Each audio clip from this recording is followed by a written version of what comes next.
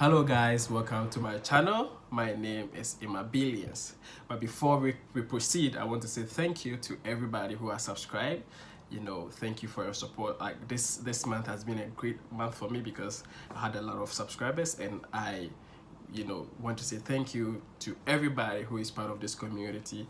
And also, if you want to join us, you can hit the subscription button, and then also the bell button to receive notification from this channel. All right, so let's dive straight into today's episode. You ready? We have no problem providing our police with uniforms. We have actually paid for the new uniforms, and the new uniforms are being done. I asked the principal secretary in charge of the State Department of Interior, Dr. Kibicho, who chairs the technical team on the police reforms, to move around the country and look at the capacities we have in our factories, in our textile sector. He has visited Rivertex in Eldoret. He was in Nakuru yesterday. We have gone even to the EBZ zone. What is happening here, and I will speak about it bluntly, and let me make this revelation to you. The Inspector General, the PSI, and myself have been under pressure by some quangles and all manner of spies that we should import police uniform. Listen to me very carefully. We will not import police uniform. Go and write another 10 headlines. We will not import police uniform from any country. We have to promote the local textile industry. Buy Kenya, build Kenya. How are we going to support our cotton farmers? How are we going to support our manufacturers and create jobs in our country? You know, this monkey business that has been going on for a period of time, we go to some shadowy corners and agree to import police uniform from some places and create excuses that isn't it simply outrageous that someone is saying we don't have material in Kenya with the kind of textile sector that we have? So why would the government put budget resources to revive Rivertex and provide jobs in Eldoret? Then we proceed like fools the following day to import police uniforms from Turkey or from China or from wherever. We have already paid. We are making uniform for our police. And take it to the bank from me. We will not import uniform. No amount of pressure, manipulation, or anything will change that position. That style of life has come to an end in Kenya. It has come to an end, and no one is going to live that way. Our uniforms will be made. We have 600 tailors at NYS and huge teams at NYS that are working on this. We'll make the uniforms for our forces in Kenya, create jobs for our people in Kenya, allow manufacturers in Kenya to supply government agencies.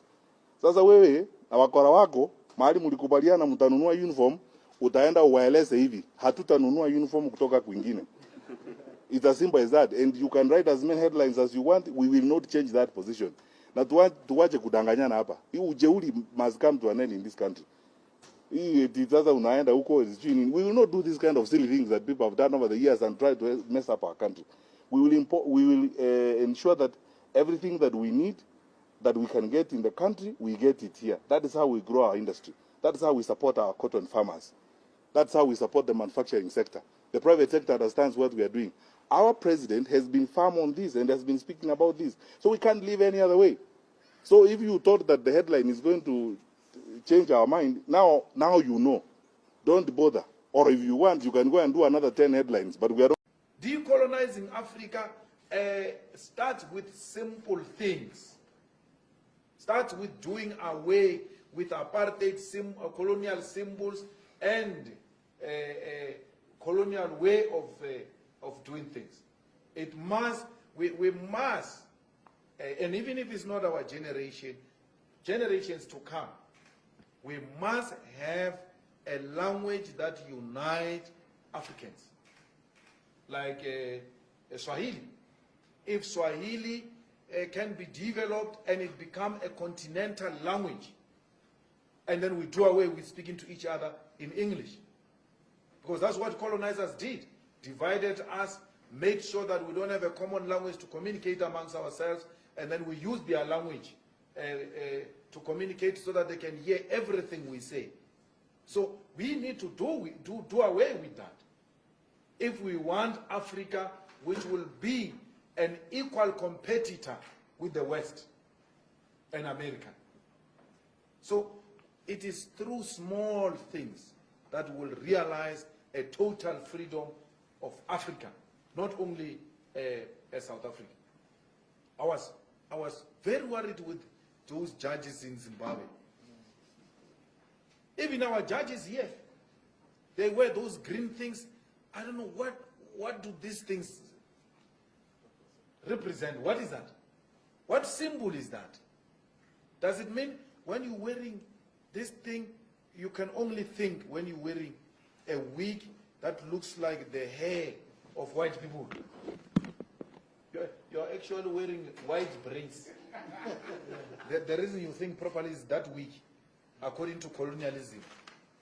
And then revolutionaries like ZANU-PF allows that to continue in Zimbabwe. They allow that to continue in Kenya.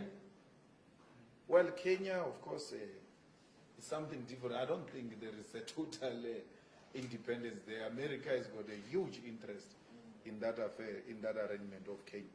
But everywhere else in the continent, we need to start doing away with those things. And pulling out of Commonwealth is one of the things we need to do to realize a complete sovereignty for South Africa.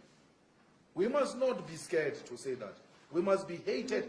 It might not happen now, but that is what we're envisaging for the future of South Africa. It might not be realized in our lifetime, but those who are coming after us should know what we stood for. We were anti-colonial, anti-imperialist, and therefore anything that represented imperialism and colonialism, we reject. In the same way we reject Trump, in the same way we reject Theresa May, we reject everything that represented. When we said roads must fall, we meant exactly that we need to do away with symbols that represent colonialism. As we speak now, the EFF doesn't participate in the Commonwealth Parliament Forum. We don't. We don't. The EFF refuses to participate in multinational organizations that have got close links and relations with imperialism. We refuse. We don't. We don't do that. And our going to London, talking to business people in London, talking to business people in America, everywhere else, is not talking to imperialism. It's talking to individual potential investors. The same thing we can do in Nigeria. The same thing we can do in Kenya. We need a borderless continent. We need a continent with one currency. We need a continent with one parliament, which has got teeth and it will bite and hold the executives in countries accountable.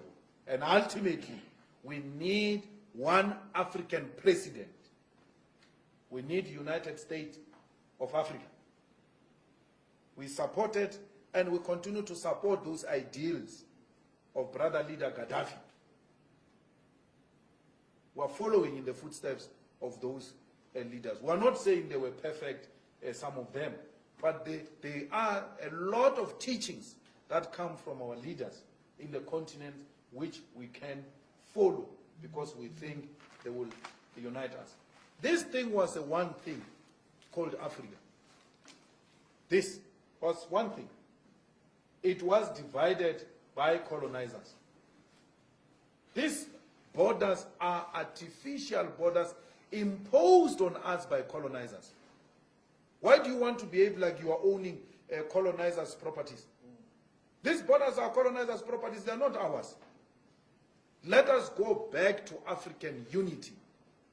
We want one voice, one Africa. We must stop doing away with African hate, which was instilled in us by the colonizers. When you say, hey, there are too many Zimbabweans here, there are too many Nigerians here, hey, you are doing the work of the devil, which is to divide Africans. Be angry with Nigerians and South Africans for doing crimes, the same, Zimbabweans, the same way you are with South Africans who commit crimes. They must be treated the same. It must not be because it's a Nigerian, it's a more crime. If a Nigerian kills a person, that killing is twice.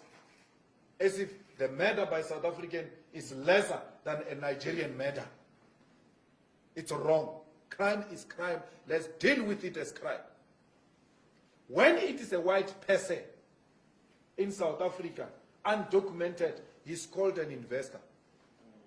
Not only a white person, including Indians and Chinese. These Guptas didn't have proper papers here. These Guptas didn't have proper papers. No one dared called them Kwerekweres. No one. But if it was my African brothers, we're going to be called Kwerekweres because they don't have papers. Self-hate. It must come to an end. If it means making the EFF lose votes for that, let it lose votes. Lose votes on principle. Not on political expediency of wanting to appeal. This country belongs to Africans in the same way Nigeria belongs to South Africans.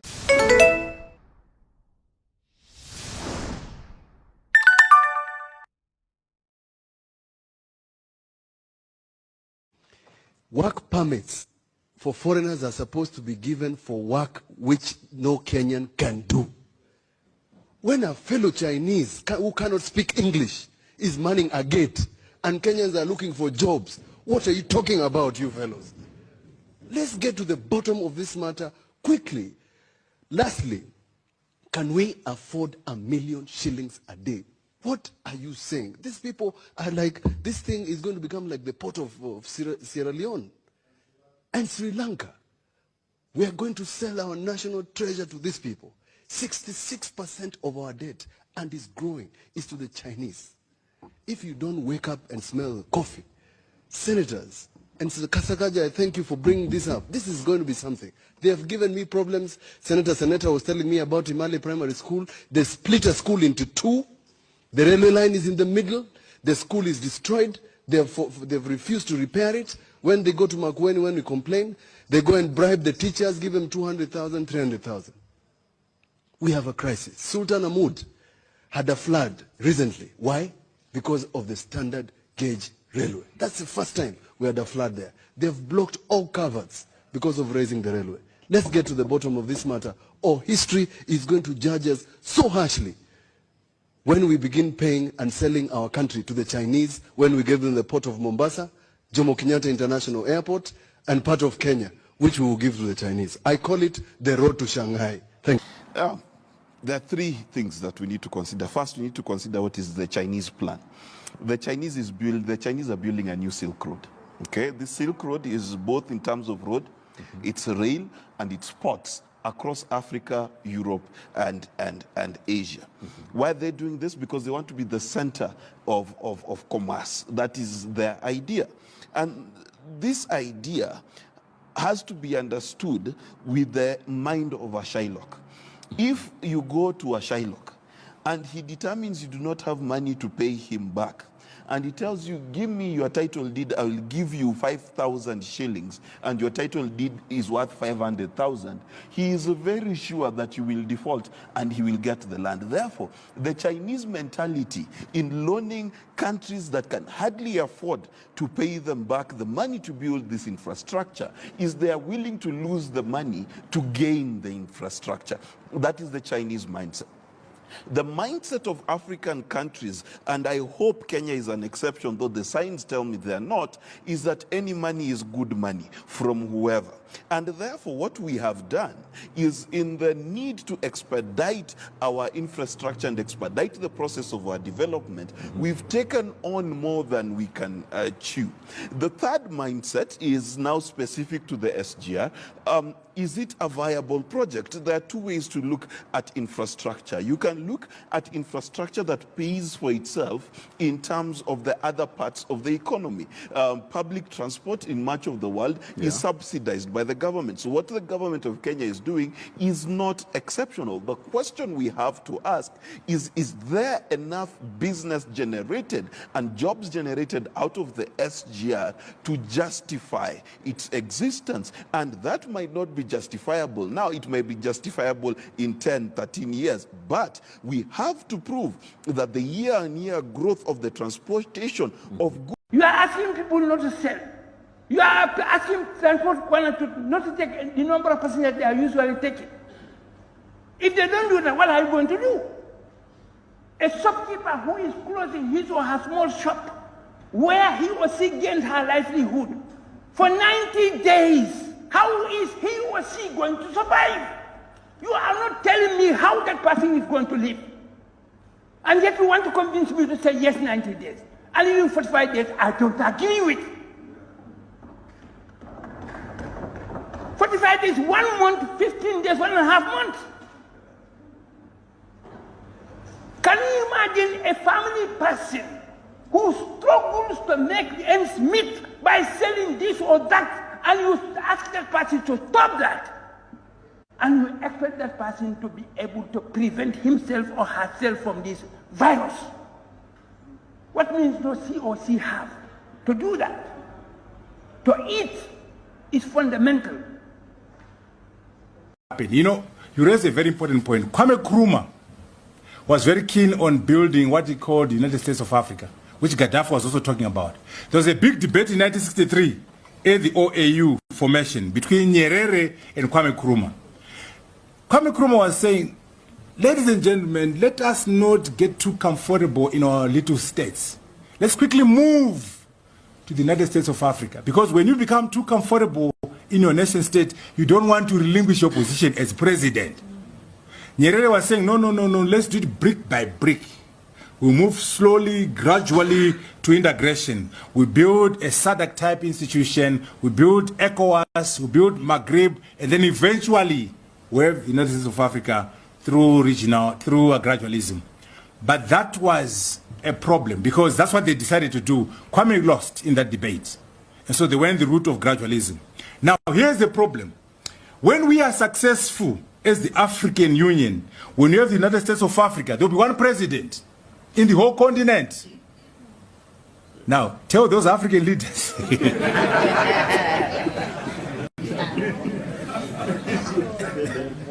There will be no president in Malawi. There will be no president in Zimbabwe. There will be no president in South Africa. Maybe the guy will be from Cameroon. Cyril Ramaphosa will be Minister of Tourism for Africa. Is he ready? Emerson Mnangagwa will be Minister of Chiefs for Africa. Is he ready? Mutharika will be a chief. So the African leader is the stumbling block. They want to be president of starving people. America has 300 million people and a GDP of $19 trillion. They have one president. They're doing just fine. China, $11 trillion. Population, 1.2 billion people, one president. And they're doing just fine. So it's possible for this whole continent to be run by one cabinet with one president. But the current leaders, little Botswana, little South Africa, are not ready. So they talk regional integration, they don't action it. So Nkrumah was right.